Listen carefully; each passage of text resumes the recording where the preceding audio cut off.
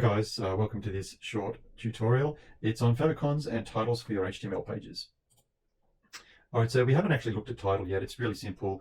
Basically, we can control the name that comes up on the top of our tab on the browser, and we should change that so that it represents our web page, the title of our web page, I guess. It's located in the head section. What's a favicon? So a favicon is the little graphic that comes up on the tab on the browser as well. If you don't specify this, you just get a generic picture. But what you really want is a nice picture that distinguishes your website from all the other websites. So we'll have a look in the following slides on how to do that. Actually, we'll run through some demos on how to get that working. All right, so all you really need to do is one single statement in the head section of the HTML, probably just below the title actually. You can put like this link, and most importantly, you put the name of a file and it will display it up there on the tab. All right, so just one thing to keep in mind, favicons were originally implemented by Microsoft, so quite often you'll still see around the place a lot of references to .ico files, because originally all favicon files were .ico. But nowadays you can use PNG and GIF and SVG. Just be careful with PNG and GIF. They have to be the right size, which I think is 16 pixels by 16 pixels, which is very small actually. Once you start trying to design for that, you realize just how hard it is. SVG is interesting because it's scalable vector graphics, and we can use something like Adobe Illustrator to create some graphics, which is good. So now we'll work in some practical examples of how to do all of this stuff. We'll change the title from our website to, I don't know, cats are awesome.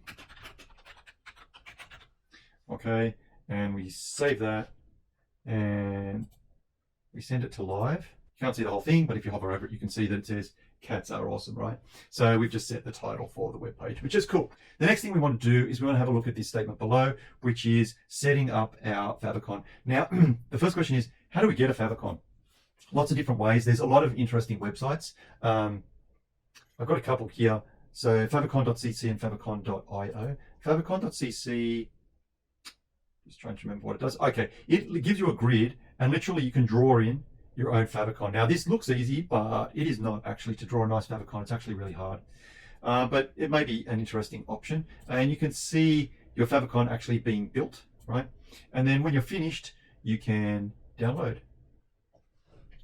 And it will be called favicon.ico. We can show that in the folder. Great. And let's open up Visual Studio Code. We will drag it over here. So that's just added it to the library there. And shrink that up a bit. So what we need to do now is we need to have a look at our code here. It's SVG, whereas it's uploaded an ICO file. So we'll change that, save that. Now, what I've noticed is when you use the Go Live, for whatever reason, it doesn't load favicons. I'm not sure why. But what you can do is if you go to C:, just in the web browser, and you go to root users, then you go to your username, and then you find where you saved it. So for me, it's documents, websites, website 20, and then open up the file, and you can see that I've got my own favicon there. Okay, so it's working there. Pretty primitive one though. There's lots of other solutions to drawing your own. So one website that I like is IO. So favicon.io let you do a few things. I might maximize this. They let you convert a PNG file, which we'll use later on, or they let you convert text to an icon, which is a really good resource actually. So if I often use this one, and you can type in a letter, maybe C for CSS, and you can see it comes straight up here. Let's give you an example. You can choose a font. Weirdly, they don't give you a demo of the font, so you don't know what you're getting until you choose it, but hey, that's what it is. And once you're finished, download. This one gives you a whole zip folder, so you've got to show the folder. What you can do is extract all. I get a prompt over here. I go, okay. Should open up another folder where it's all been extracted.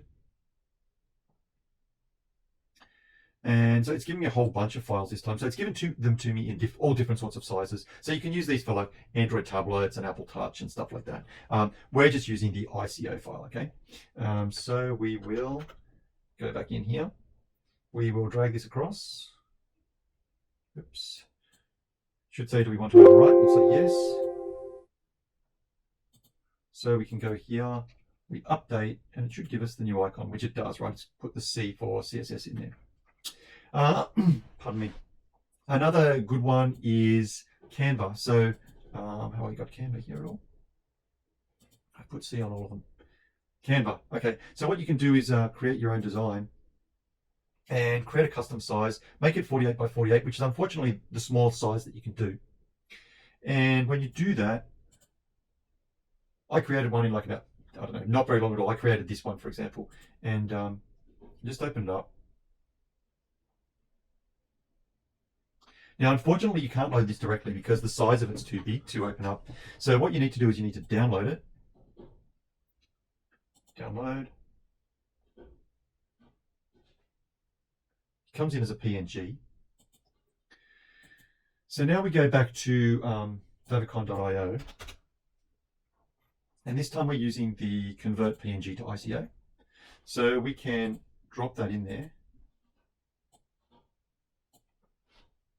And then we can download it.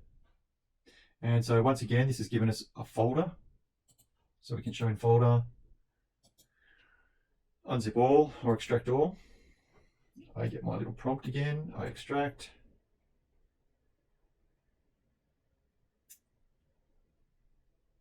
Okay, once again, I'm looking for the CSS, and I shall open up our editor. I'm going to drag it across. It's going to ask again if I want to overwrite. I say yes. Refresh, and you can see that I've picked up the icon, the graphic that I did in Canva. And the last way you can do this is in Adobe Illustrator. So I've got this design that I did in a very quick amount of time as well in Adobe Illustrator. I can go File, Save As. I can point directly to the directory that contains the website and make sure it's type SVG and save. And that should, does that give me a prompt? It does. It comes up with a prompt. I go, okay. Close that. And so now we've got favicon.svg. So if we go into our code, we're going to our code for test 1, and we change it from ICO to SVG, save that, and then come over here, refresh the screen, you can see that my favicon that I designed in Adobe Illustrator has come up. Hopefully it comes up in the video. I know it's very small.